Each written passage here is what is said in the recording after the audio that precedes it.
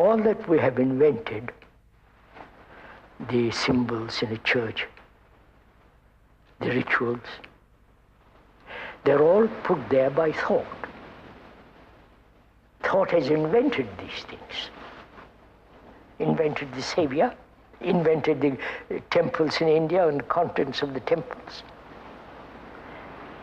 Thought has invented all these things called sacred. You can't deny that. So thought in itself is not sacred. And when thought invents God, God is not sacred. So, what is sacred? That can only be understood or happen when there is complete freedom from fear, from sorrow, and when there is this sense of love and compassion with its own intelligence. Then, when the mind is utterly still, that which is sacred can take place.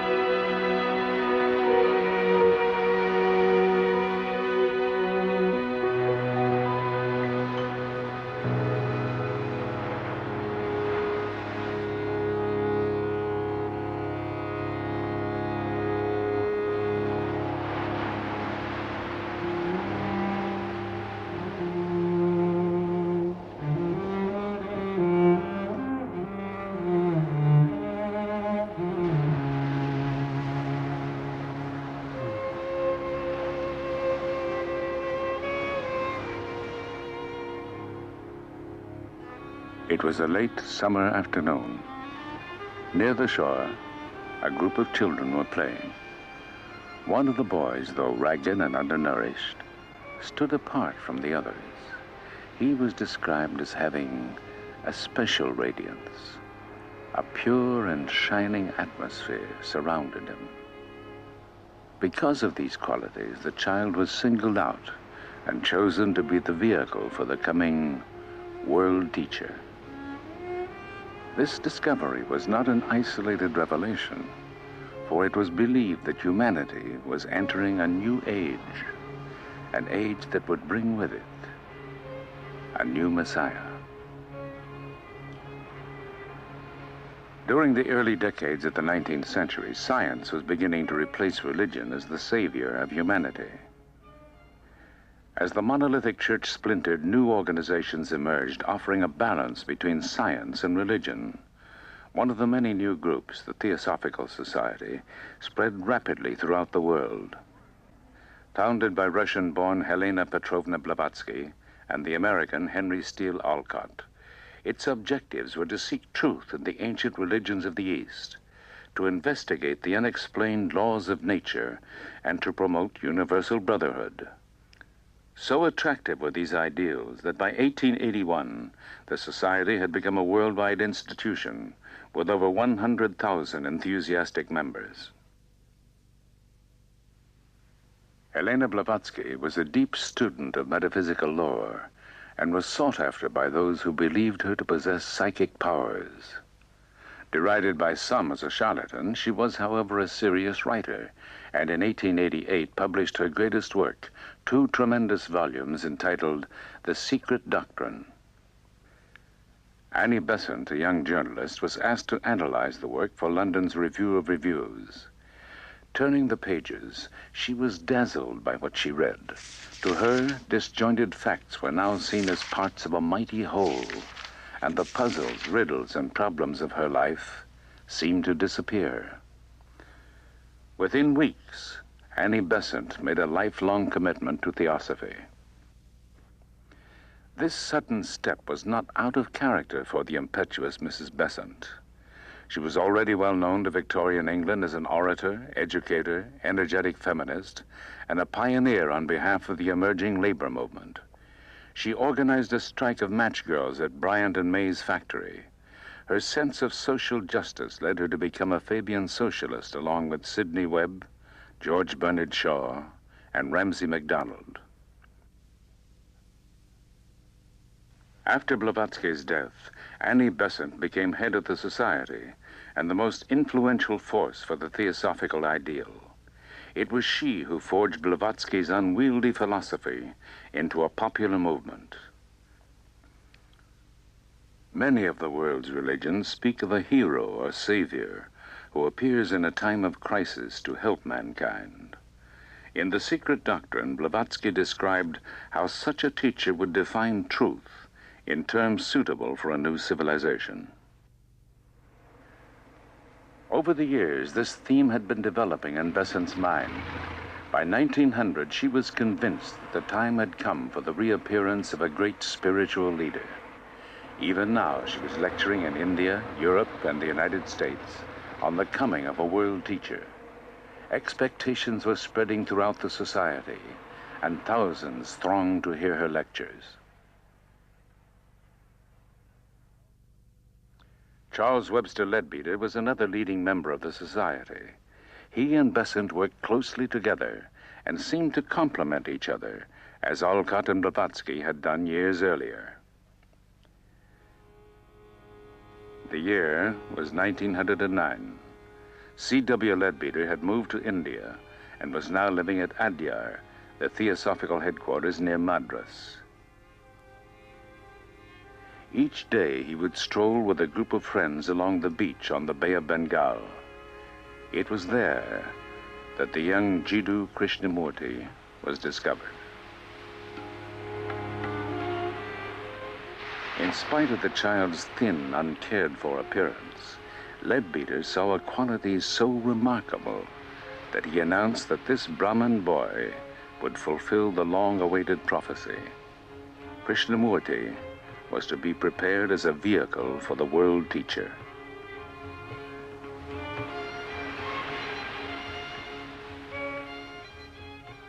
The child's mother, Sanjivama, had died some years earlier, and the 14-year-old boy had come to live with his father and 3 brothers just outside the society's compound. The dreamy boy suffered from malaria, and illness often kept him from school. He was unassuming and yielded easily to the suggestions of others. He seemed to live in another world, often oblivious to what was going on around him. There was a curious emptiness. Krishnamurti and his younger brother Nityananda were especially close, and when told of the opportunity of being prepared for great things, he refused unless Nitya could be with him. On November 27, 1909, Annie Besant returned to India and met the brothers for the first time.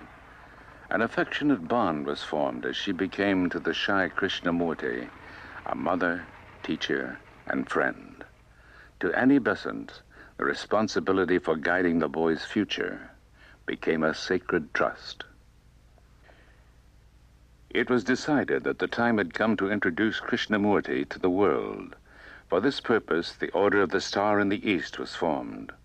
With Krishnamurti as its nominal head and under the guidance of Annie Besant, the order hoped to prepare its members to accept the world teacher and his message. During the Theosophical Convention held at Benares that year, nearly 400 new members joined the Order of the Star. A glorious future was foreseen as members spoke of the second coming. In a wave of emotion, the new members fell at the boy's feet, and Mrs. Besant publicly announced that Krishnamurti was to indeed become the vehicle for the world teacher.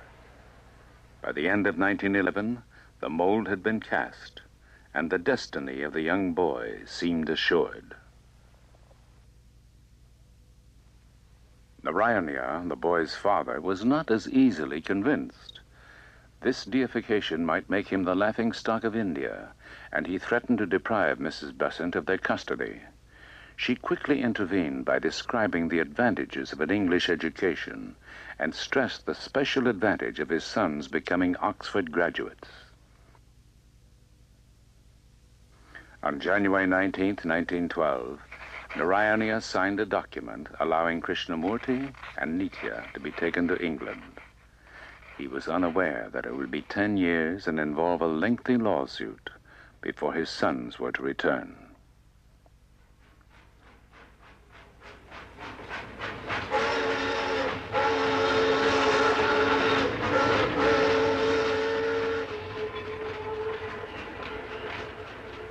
In England, news of their arrival spread quickly, and a large crowd was on hand to greet the party at Charing Cross Station.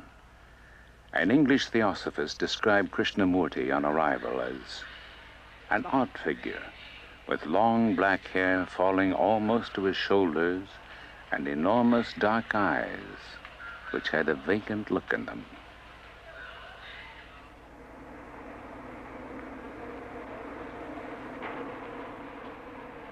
When I went to Europe for the first time, I lived among people who were wealthy and well-educated, who held positions of social authority. I walked about the streets, watching the faces of people. I went to theaters. I saw how people amused themselves, trying to forget their unhappiness. I saw people with political, social, or religious power. I watched the amusements of the young people. I saw people who desired to serve, going into those quarters where the poor and degraded live. They desired to help, but were themselves helpless. How can you cure another of disease if you are yourself a victim of that disease? I questioned everything because I wanted to find out for myself. Annie Besant gave 3 stirring lectures at the Queen's Hall in London. The movement was gathering force. When she returned to India, the boy's education began under a series of tutors. The young man was constantly surrounded by teachers and attentive followers. Never allowed to be alone, he longed for a more normal life. He grew dissatisfied and lost all interest in the role he was being prepared for. In the summer of 1914, England plunged into the Great War. Communications collapsed and the boy's seclusion intensified. Krishnamurti became more and more restless. Annie Besant wrote and reminded him, as she often did, that his happiness would lie only in the work ahead. Though he felt a deep love and loyalty for Mrs. Besant, inwardly, a quiet revolution was unfolding. I have long been in revolt from all things, from the authority of others, from the instruction of others, from the knowledge of others. I would not accept anything as truth until I found the truth for myself. I never opposed the ideas of others, but I would not accept their authority or their theory of life. Until I was in that state of revolt, until I became dissatisfied with everything, with every creed, with every dogma and belief, I was not able to find the truth.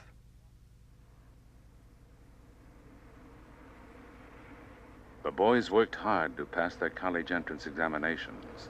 Nitya had little difficulty, but Krishnamurti was a slow and indifferent student. To everyone's disappointment, it became clear that he would not be accepted by either Oxford or Cambridge. The close of the war in 1918 brought increased activity among theosophists. In India, Annie Besant was deeply absorbed in problems of education and political action.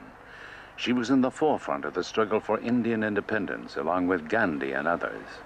But in her lectures, she continued to proclaim the importance of the world teacher and his message for humanity.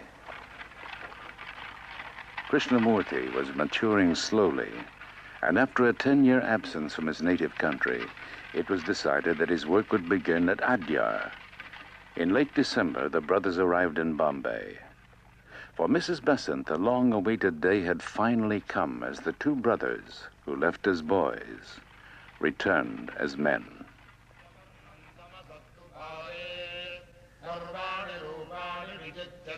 When I came to India, I saw that the people there were deluding themselves equally, carrying on the same old traditions, treating women cruelly.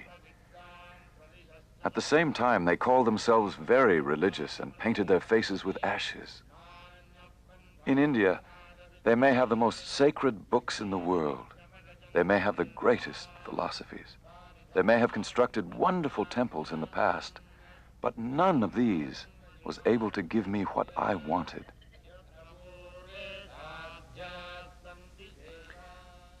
As head of the Order of the Star, the shy young man plunged into his work. He wrote numerous books and articles for Star publications. There were lectures to give and meetings to attend. The brothers undertook a heavy schedule, speaking in India, England, Australia, and Europe. These travels became a heavy strain on Nietzsche. He became ill and was diagnosed as having tuberculosis. California was suggested as having a healthful climate for consumptives and an ideal place for recovery. In the summer of 1922, the loan of a small cottage in the Ojai Valley brought the young men to America for the first time. Writing to Mrs. Besant, Nietzsche described their new surroundings. In a long, narrow valley of apricot orchards and orange groves is our home, and the hot sun shines day after day to remind us of Adyar. The Indians call our valley the Ojai, or the nest, and for centuries they must have sought it as a refuge. For a time, Nietzsche seemed to recover, but perhaps best of all, they were alone. Privacy had been a luxury denied them since childhood, but now in the silence of the valley, Krishnamurti had an opportunity to be with himself. He walked alone in the hills, climbing through orange groves and scrub brush. As the days passed, a strange uneasiness seized him. He became ill and complained of intense pain and suffocating heat. There were periods of unconsciousness as the strange process reached its peak. Agitated and feverish, he insisted on walking alone, but was urged instead to rest under a young pepper tree that stood near the cottage. It was there, in the stillness of the night, that a transcendent event took place that shook his life to its foundations.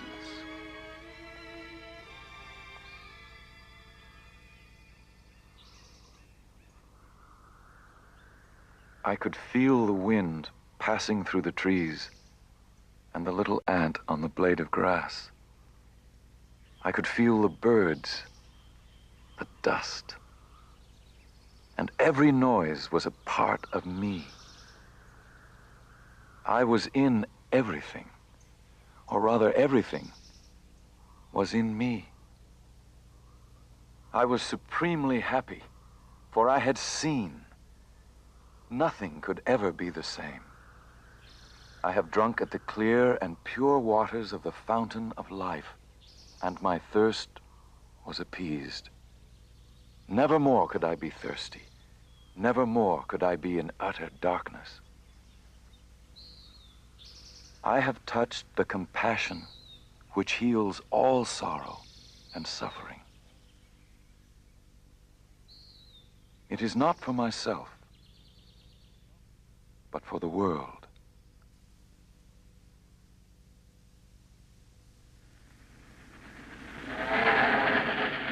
To describe his new perceptions, Krishnamurti embarked on a worldwide speaking tour. The change was unmistakable.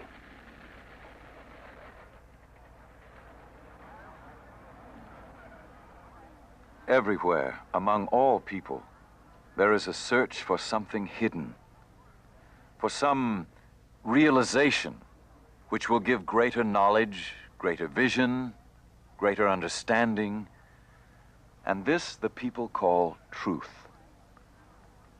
They think that truth lies hidden in some distant place, away from life, away from joy, away from sorrow.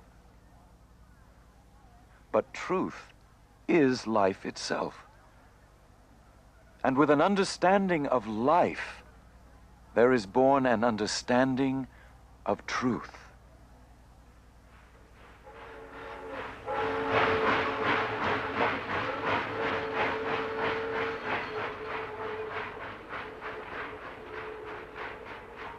While traveling, a sudden hemorrhage brought back fears for Nietzsche's health.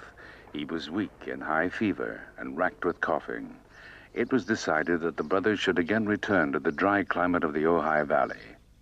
Once in California, Nietzsche seemed to improve, and when Mrs. Besant cabled asking that Krishnamurti come to India for Theosophy's Jubilee Convention, he reluctantly agreed. The bond between the brothers had grown stronger than ever. There was unquestioning faith that Nietzsche was essential to the work ahead, and because of this, his life would be spared. While en route, a cable arrived saying that Nietzsche had influenza. A later wire read, "Flu rather more serious. Pray for me." On the 13th of November, as the ship entered the Suez Canal, a telegram arrived announcing Nietzsche's death.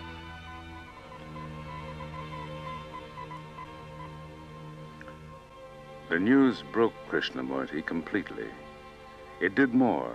His entire philosophy of life, the implicit faith in the future, and Nietzsche's vital part in it all, appeared to be shattered at that moment.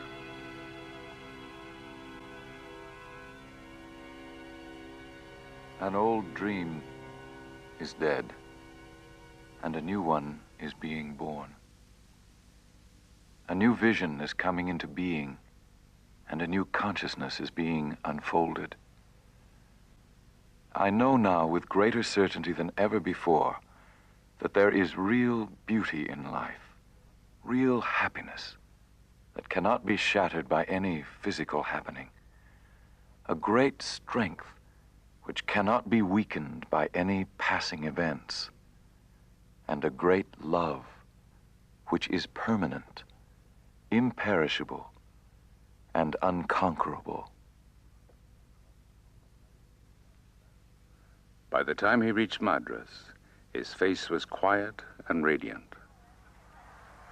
The Jubilee Convention of 1925 celebrated 50 years in the life of the Theosophical Society. Thousands attended the 4-day gatherings, and events were eagerly reported by newspapers around the world. A Star Congress followed the convention. By this time, the Order of the Star had grown to over 45,000 members. Under the branches of Adya's enormous banyan tree, Krishnamurti spoke of the world teacher. His face was powerful and stern in the twilight, his eyes half veiled as if looking inward. As he spoke, a deep silence spread through the audience. Some felt they saw a light envelop him, and many believed they were in the presence of the Messiah himself. The young man was becoming the focus of deep divisions. While thousands accepted him as the world teacher, others were disturbed by the adoration and attention given him. In the Netherlands, some years earlier, the Baron Philip van Pallandt had given his ancestral home, the Castle Erde, to the Order of the Star. 5,000 wooded acres surrounded the 18th century buildings. The castle had been transformed into a meeting place where small groups gathered yearly.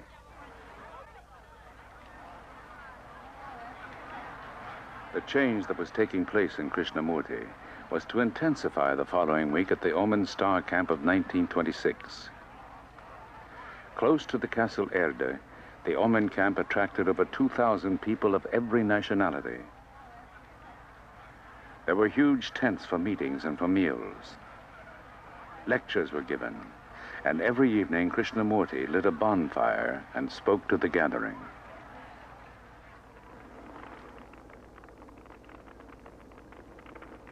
In order to be happy, need we have religions? In order to love, need we build temples? Truth cannot be found in the dark sanctuary of temples, nor in the well-lit halls of organized societies. Neither can it be found in books, nor in ceremonies. Go down to the sea, where the breezes are blowing and the waves are breaking over each other. You want to gather and bind all that beauty into a narrow temple. Do not allow your mind or your heart to be bound by anything or anyone. If you do, you will establish another religion, another temple. You must not create little gods and worship at little shrines. Who wants to worship by the light of one candle when you can have the sun?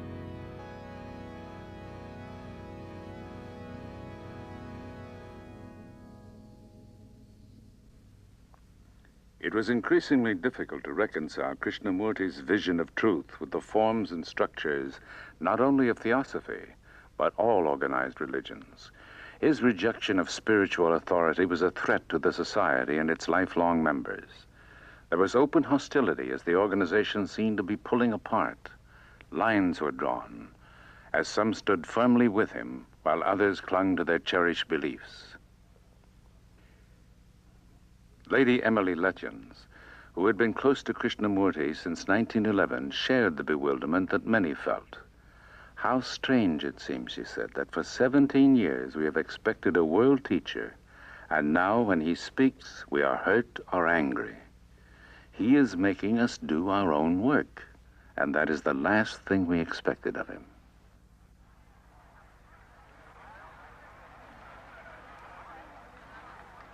In May of 1928, the first Ojai Star Camp was held under the evergreen oak trees of Southern California.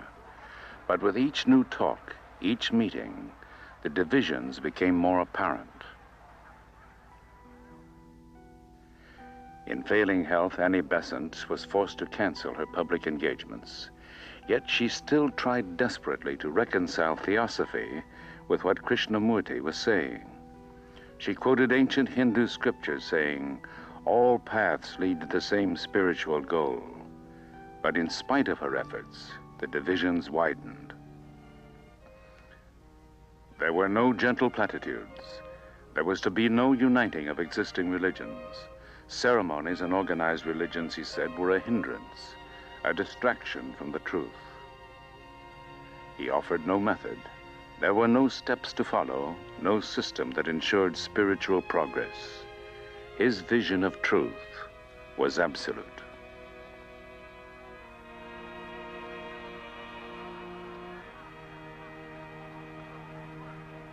In the Netherlands on August 3rd, 1929, at the Oman Gathering, in the presence of Mrs. Besant and over 3,000 Star members, Krishnamurti dissolved the Order of the Star, freeing himself from all claims made for him.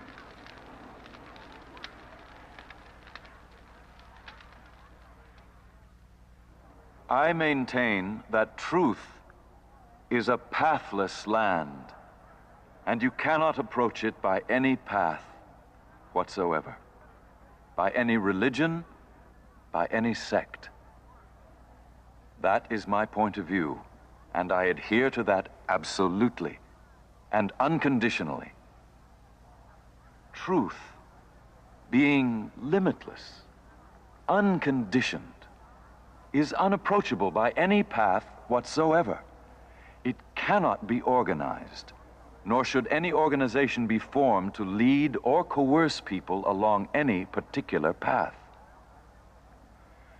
If an organization be created for this purpose, it becomes a crutch, a weakness, a bondage, and must cripple the individual and prevent him from the discovery of that absolute, unconditioned truth. You can form other organizations and expect someone else. With that, I am not concerned. My only concern is to set man absolutely and unconditionally free.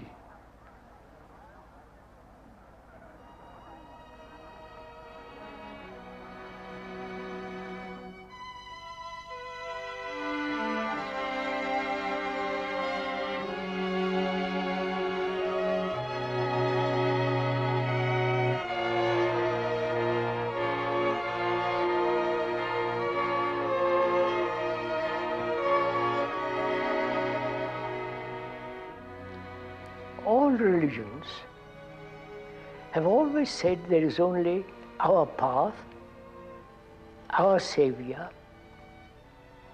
our system, our belief, our rituals, and only through those we will find salvation. This has been the constant song of all religions. And I happen to have said many, many years ago, which has so true, that there is no path to truth. Truth, according to them, is a fixed point. And if it's a fixed point, you can have as many paths as you like. But if it's not a fixed point, it's a living thing, moving. Movement in the sense in the world of no time, which is a different matter. Naturally, there's no path to it. But you see, we don't want such a dangerous outlook. We want everything fixed. We want every object to be final.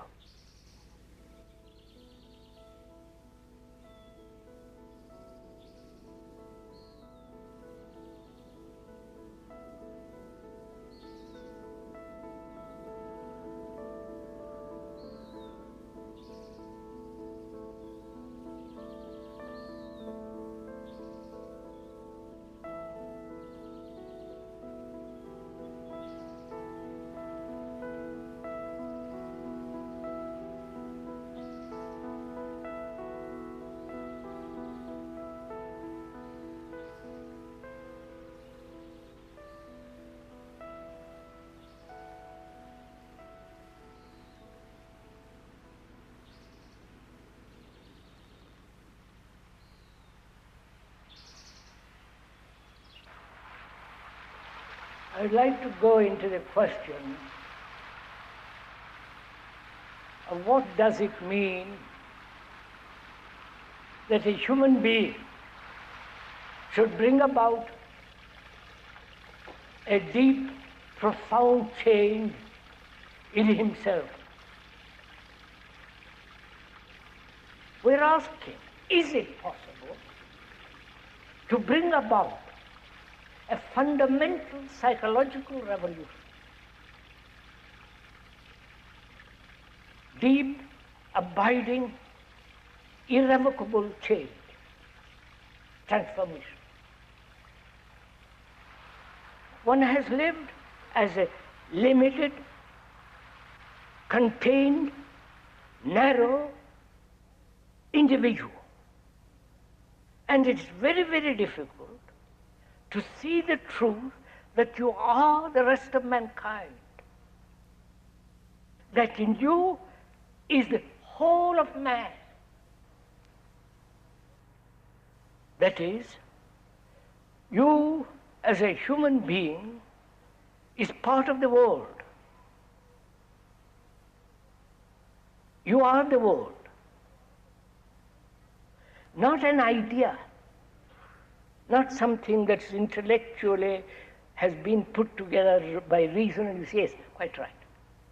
But the reality of the truth of it, that you represent as a human being the rest of humanity. Because you suffer, you're anxious, you're uncertain, confused, miserable, fearful, hurt, everything. And every human being has this. So your consciousness is the consciousness of mankind. Now, is this possible for sorrow to end? If there is the ending of sorrow in one human being, who is the representative of all humanity, that ending affects the whole of consciousness of man. Don't accept what we are talking about. Find out, test it. That means you have to be free to observe.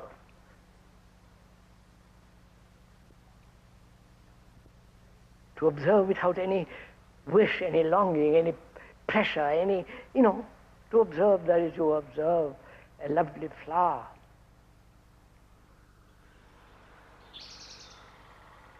I wonder why human beings throughout the world don't see this simple fact that you cannot possibly have peace on earth if you are nationalistically divided. We want order outside in the world, politically, religiously, economically, socially. In our relationship with each other, we want order. We want some peace. We want some understanding. And if the inward psychological state is not orderly, not conflicting, not contradicting, if that state in consciousness is quiet, steady, clear, then you can bring about order in the world. Now what we are trying to do is try to bring order legislatively, nationally, and so on, order out there in the world, which has been proved over and over again that totally brings about disorder. That's why we are saying, I'm saying that without inward order, that is inward order in consciousness, which is in a mess, which is in a contradiction, without bringing about order inwardly, psychologically, you cannot possibly have order outwardly. And the crisis is there. Within the crisis, national, economic, social, and so on. The crisis is not out there. The crisis is really inward. And we are unwilling to face that.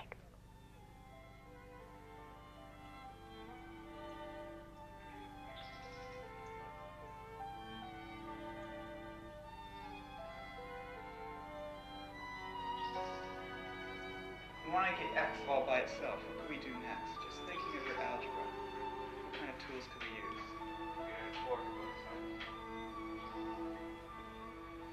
Okay, that's fair enough. What could we do but see, we still have this X term here. What are we going to do with it?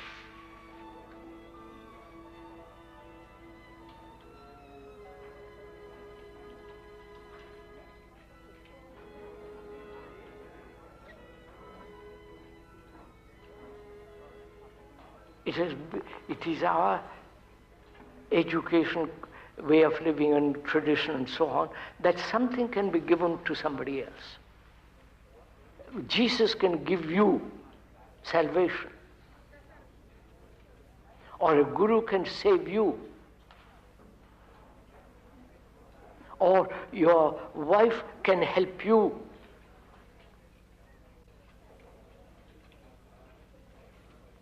That may be an old, worn-out tradition to which we are clinging. That may be a wrong approach altogether. You have understanding, and I haven't got it.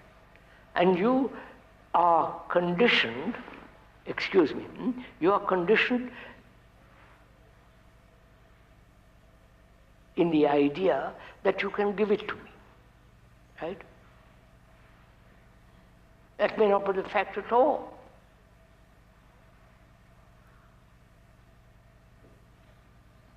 Psychologically, inwardly, do you depend on somebody? Say, please help me to be free of my arrogance.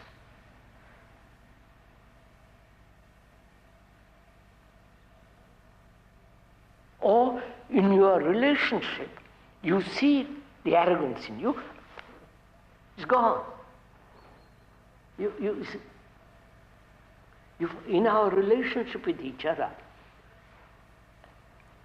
and I'm observing myself, and in that observation I discover that I'm arrogant in our relationship. So I'm not dependent for you to point out to me my arrogance. I'm already aware of it. It's tremendously important, sir. Nobody can give me intensity, the sense of beauty. I'm taking it. Then I am on my own. You follow? Not isolated and all that. Then I have to work find out. In the very working of it, I've got the intensity. When I discard the tradition in which I've been brought up, that is to depend on somebody, and when I discard it, then I have to work it, right? Or I'll go down the drain, either way. If I discard that, I'm already free, I've already got this sense of energy, of intensity. Then I'm not dependent on anybody.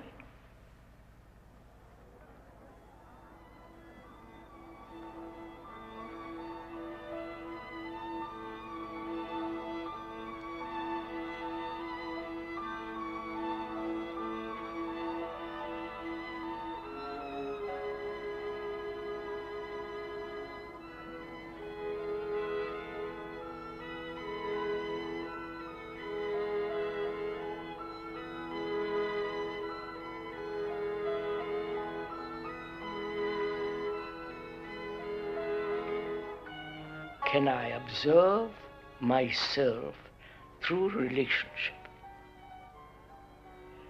Can I know myself fundamentally, basically, all the reactions, all the nuances, the subtleties of myself in relationship? Now, one's relationship with another is based on memory, right? Would you accept it? On the various images, pictures, conclusions I have drawn about you and you have drawn about me. The various images that I have about you, wife, husband, girl, or boy, or friend, and so on. So there is always image making, right? This is simple, this is normal, this is actually goes on. When one is married or lives with a girl or a boy, every incident, every word, every action creates an image. No? Are we clear on this point? Don't agree with me, please. I'm not trying to persuade you to anything. But actually, you can see it for yourself. A word is registered. If it is pleasant, you purr. It's nice. If it is unpleasant, you immediately shrink from it. And that creates an image. The pleasure creates an image. The shrinking, the withdrawal creates an image. So our actual relationship with each other is based on various subtle forms of pictures, images, and conclusions. So when there is an image like that, she has and you have, then in there is division. And then the whole conflict begins. Right? Where there is division between two images, there must be conflict. Right? The Jew and the Arab, the Hindu, the Muslim, the Christian, the communist, is the same phenomena. It's a basic law that where there is division between people, there must be conflict. Can all this image-making tradition, desire, all that end without a single conflict? You understand my question? Are you interested in this? What will you pay for it? That's all you can do. By paying something you think you'll get it.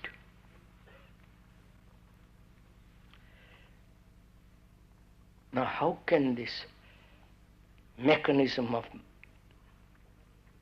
image making, not just image making, the desire for certainty, the tradition, the whole structure of that, can that end? Right? Are you asking that question?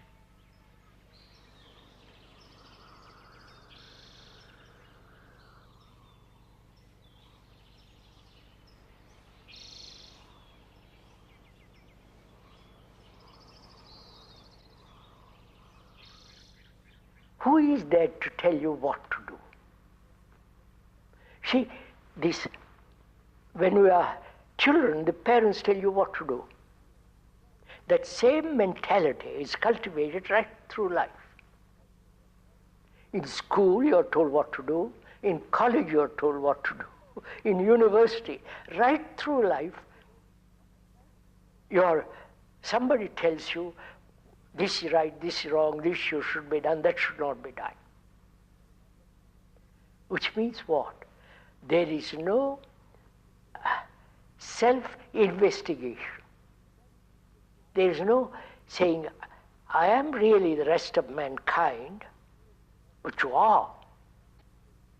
Because every human being right through the world goes through a great deal of suffering, great deal of pain, great deal of anxiety, uncertain, confused, insecure, like you, like the rest of the world. We don't accept that. We think my suffering is totally separate from other people's suffering. And so we have this mentality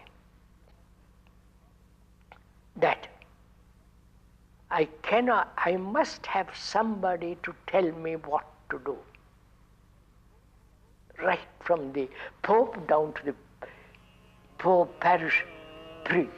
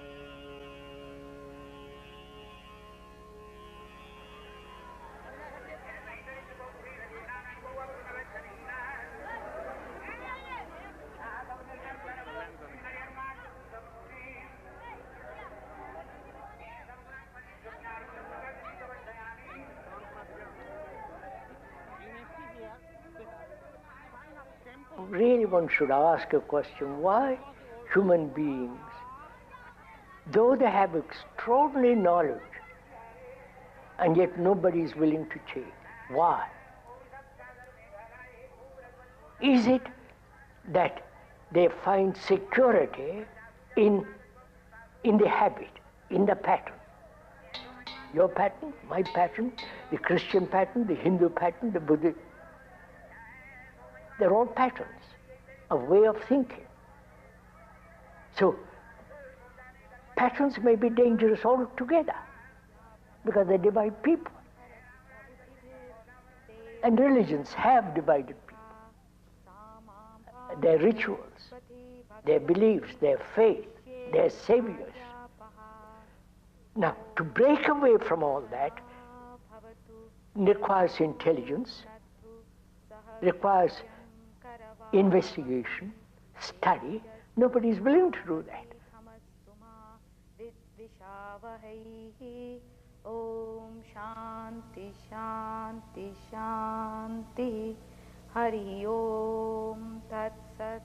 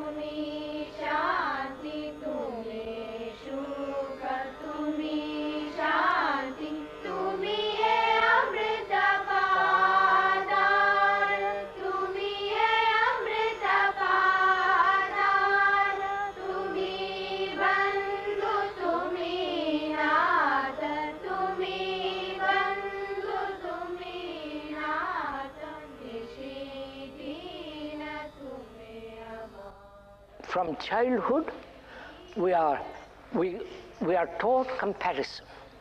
We say you must be as clever as your brother. Or in school, you get better marks than somebody else. So you're always being compared, and you learn to compare, don't you? I say, don't compare yourself with anybody.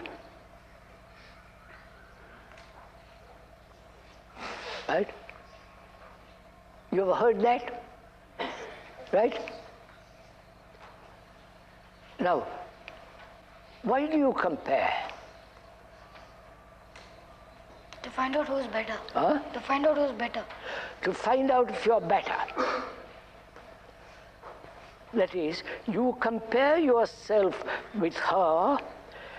She is much more intelligent, more bright, more clever, and so in comparing yourself with her, you become dull.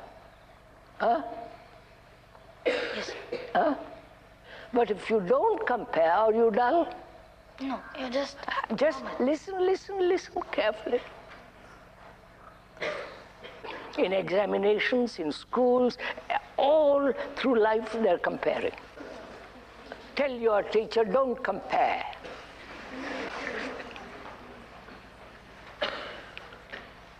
The relationship between the teacher and you, she knows more than you do, right? Academically. Academically.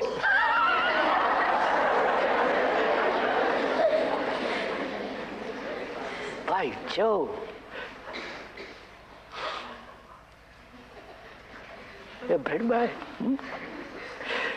Academically, you know more than he does. Now, she's teaching you about biology. And she's giving you marks, right? And gradually helping you to pass that examination.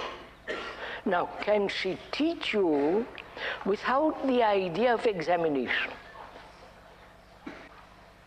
How do you test yourself, sir? What? Without examination. Yes, sir, without exam. How do you test yourself without examination? You mean the examination is going to tell you how you have learned? Maybe, sir. I mean, listen, you're too quick. Find out. You're also used to examinations. That's your tradition. That's your habit. And when you question that, you say, yes, what shall I do? And you get nervous, frightened. When I was learning, when I was at school in England, I never passed one examination. Right?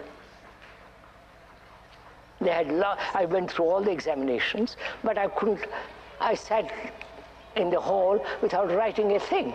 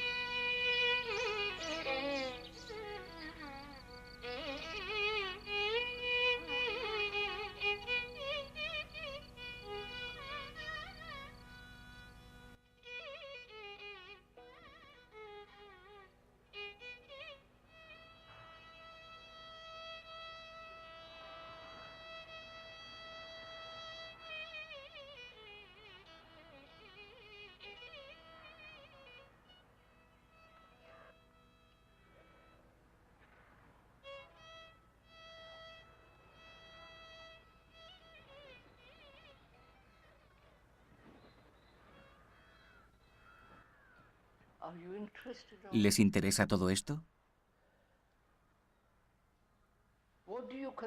¿Qué creen que es la vida? Su vida. ¿Qué es su vida?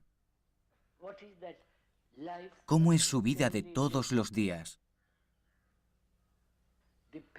Dependencia, apego, dolor, fastidio, enojo, irritación, sufrimiento. Ya conocen todo esto, ¿verdad? Esa es su vida diaria. Ir al templo y hacer un poco de ruido con una campana. Hacer puya. Hacer yoga. Decimos que eso es nuestra vida. Entonces, ¿qué quiere decir por una vida religiosa? Dígamelo. ¿Qué significa religión para usted? Esa palabra, la palabra religión, significa reunir toda la energía. Eso es lo que significa. ¿Entiende, señor? Reunir toda la energía para investigar, para descubrir, ¿de acuerdo? Y no esa gran tontería de los templos y rituales, o todas esas cosas que se ponen en la frente.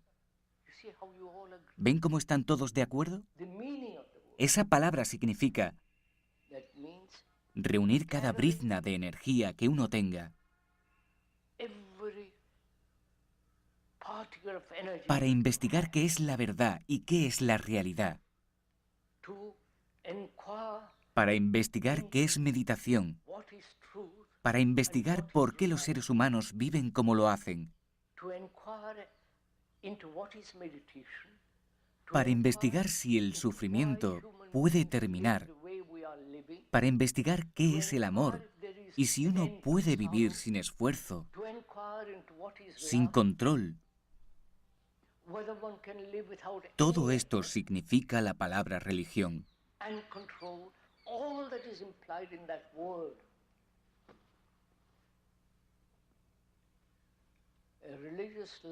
Una vida religiosa significa ser una luz para sí mismo, lo cual quiere decir negar toda autoridad externa. Nos referimos a no tener ninguna autoridad espiritual. incluida la de quien les habla.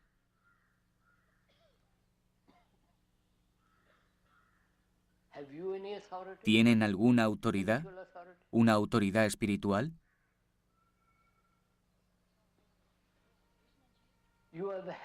Han tenido numerosos gurús, a Mahatma Gandhi, al señor Gandhi, etc. Eso ya viene del siglo VI, del V, del IV, del III, hasta el día de hoy. ¿Y dónde se encuentran después de haber sido guiados durante miles de años? ¿Dónde están? ¿Aún quieren que les guíen?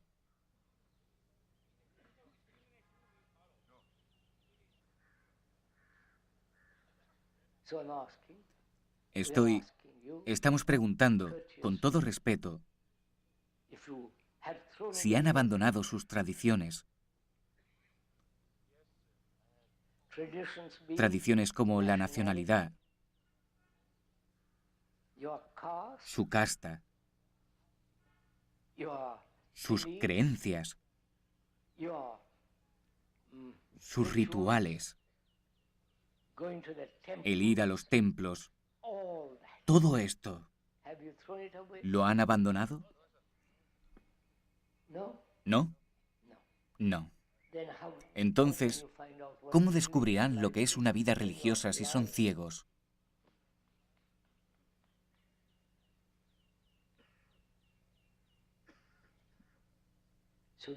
Quieren descubrir lo que es una vida religiosa, pero se niegan a dejar su pequeño encierro. ¿No es cierto?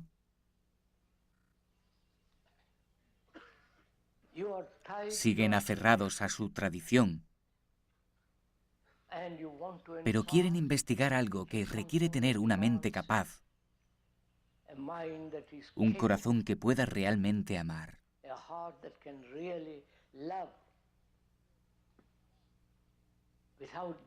Sin esto, sin liberarse de su tradición, de su cultura, de sus creencias, ¿cómo pueden descubrir algo? Solo repiten lo que dice el Gita, los Upanishads o cualquier otro libro. Pero, ¿qué valor tiene eso? El otro día me decían que ahora algunos gurús dan charlas o conferencias sobre el Gita. ¿No es así?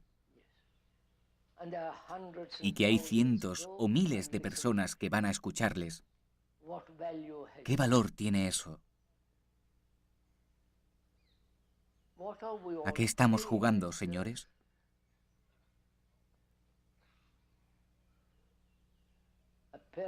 Parece que nadie ve su propia tragedia. ¿Verdad, señor?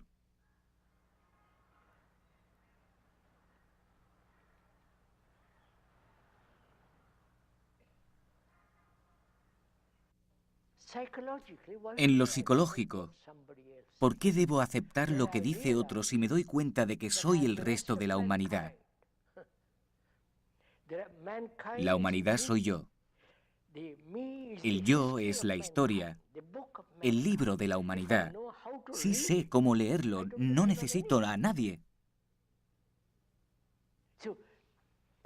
De manera que, sin distorsión, sin perjuicios, sin elección, ¿puedo darme cuenta del contenido de ese libro que soy yo mismo? Para leerlo con sumo cuidado, sin distorsionarlo, se necesita mucha atención, mucha energía, intensidad y urgencia. Pero no estamos dispuestos a hacerlo porque creemos que es muy aburrido. Dígame rápidamente lo que debo hacer y lo haré.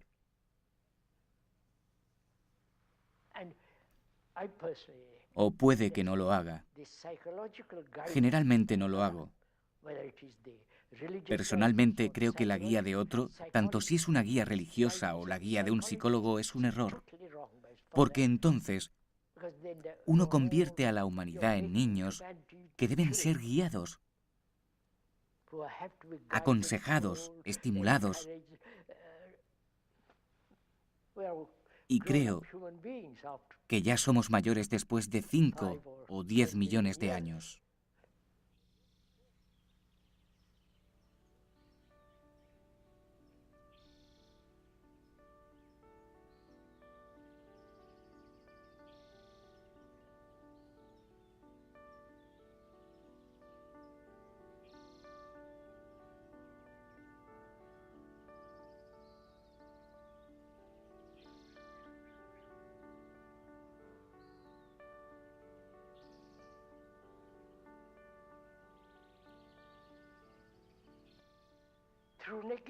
Cuando uno niega lo que no es, surge lo positivo. Es decir, el amor no es deseo. El amor no es placer. El amor no es recuerdo. El amor es tan fuerte como la muerte, tan vital como la vida misma. Y como sabe, el amor solo puede existir cuando no hay sufrimiento. El sufrimiento es personal y el sufrimiento es también global. El hombre ha sufrido enormemente y ha tratado de armonizar este sufrimiento con lo que llama amor. Por eso existe siempre esta contradicción, esa dualidad. Mientras que si uno niega todo lo que no es amor, entonces lo otro tiene una belleza inmensa, tiene su propia fuerza y enorme vitalidad.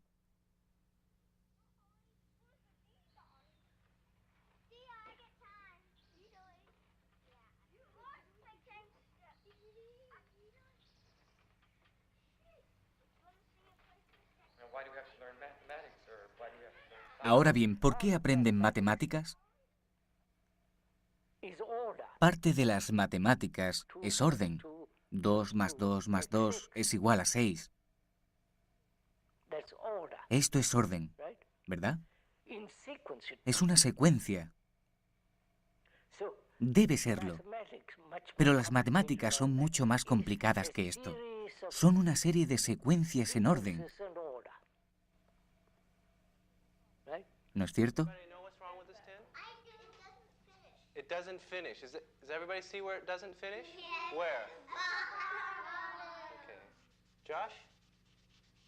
Can you come up here and put in a 10 at this space here? Civil War. Remember we saw that thing, the blue and the gray? Right. The people, they were real ready to fight. They thought it'd be real neat. Go get those Yankees, go get those, whatever they called them. Right. And it seems like a lot of people would be, some people, depending on the type of person you were, would really be scared of war. They think it'd be neat because they don't like this person. And I remember we studied, like a lot of people realized they thought it would be real fun. ¿Nos damos cuenta de nuestra responsabilidad hacia los demás? Si uno tiene una familia, esposa, hijos, ¿se responsabiliza de sus hijos? ¿Los cuida? ¿Los ama? ¿Se ocupa de que se conviertan en saludables y buenos ciudadanos?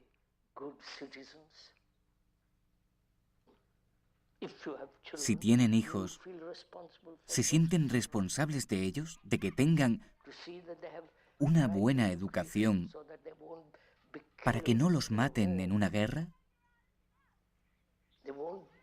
Los hijos no deben convertirse en unos mediocres.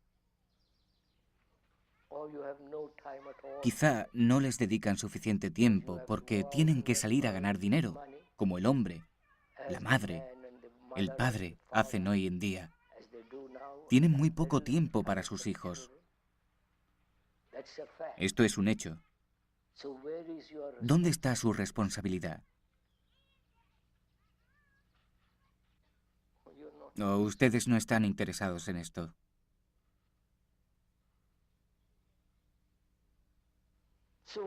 Así que uno pregunta, ¿en qué se interesan? Creo que es una pregunta legítima. Podemos hablar de amor, de libertad y de la belleza del cielo, pero eso solo es un interés externo. O sea, básicamente, ¿en qué estamos interesados? Exactamente. Usted está interesado en sí mismo. ¿De acuerdo? Espere, señor. Totalmente de acuerdo. Cada uno se interesa en sí mismo. En esto se basa nuestra sociedad, nuestra cultura, nuestra religión. ¿No es cierto? Cada uno se interesa en sí mismo, en su progreso, en todo esto.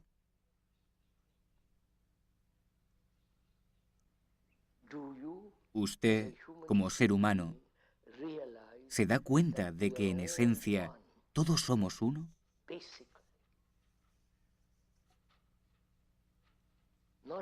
No como una idea, sino como un hecho.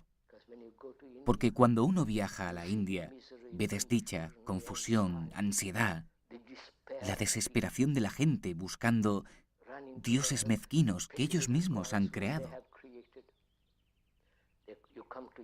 Si uno va a Europa, es exactamente la misma cosa. Ellos tienen a su Jesús, a su Cristo. ¿Entienden? Y si uno viene aquí, sucede lo mismo. ¿Comprende, señor? Lo primero es darse cuenta, no de palabra, sino en su corazón, en su sangre, con todo su pensar, que los seres humanos de todo el mundo sufren las mismas angustias que uno sufre: la soledad, la amargura, la depresión, la inmensa incertidumbre, inseguridad, tanto si viven a 10 o 20.000 millas lejos de aquí.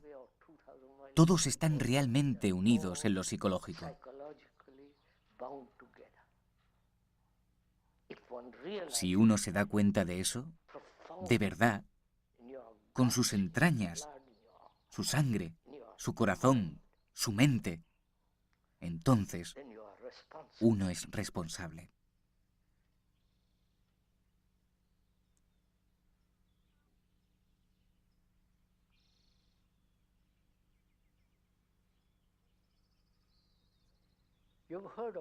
Como ser humano que ha escuchado todo esto, ¿por qué no cambia? ¿Qué se lo impide? Si cada uno se formula esta pregunta, no verbalmente, no intelectualmente, no como un pasatiempo, sino que la formula con toda seriedad y profundidad, ¿cuál es su respuesta? ¿Cuál es su respuesta a ese problema de que los seres humanos han vivido así miles y miles de años? ¿Por qué no han cambiado? ¿Por qué usted que escucha ahora, por qué no ha cambiado? Si no cambia, ya conoce las consecuencias. Será nacional, nacionalista, tribal, insular, aislado y, por tanto, no tendrá relación global. Guerras, guerras, guerras. Más carrera armamentística para destruirnos unos a otros. Pero, ¿por qué, si realmente es serio en este tema, por qué no se hace esta pregunta? ¿Por qué, como ser humano que he pasado por todo esto, por qué no he cambiado? ¿Cuál sería su respuesta? Después de todo, la vida es una. Es un movimiento total unitario. De igual modo, nuestra conciencia es común al resto de la humanidad. Ahora bien, si uno cambia radicalmente, sin duda, Eso afectará a la conciencia del hombre. Entonces, ¿por qué no cambia?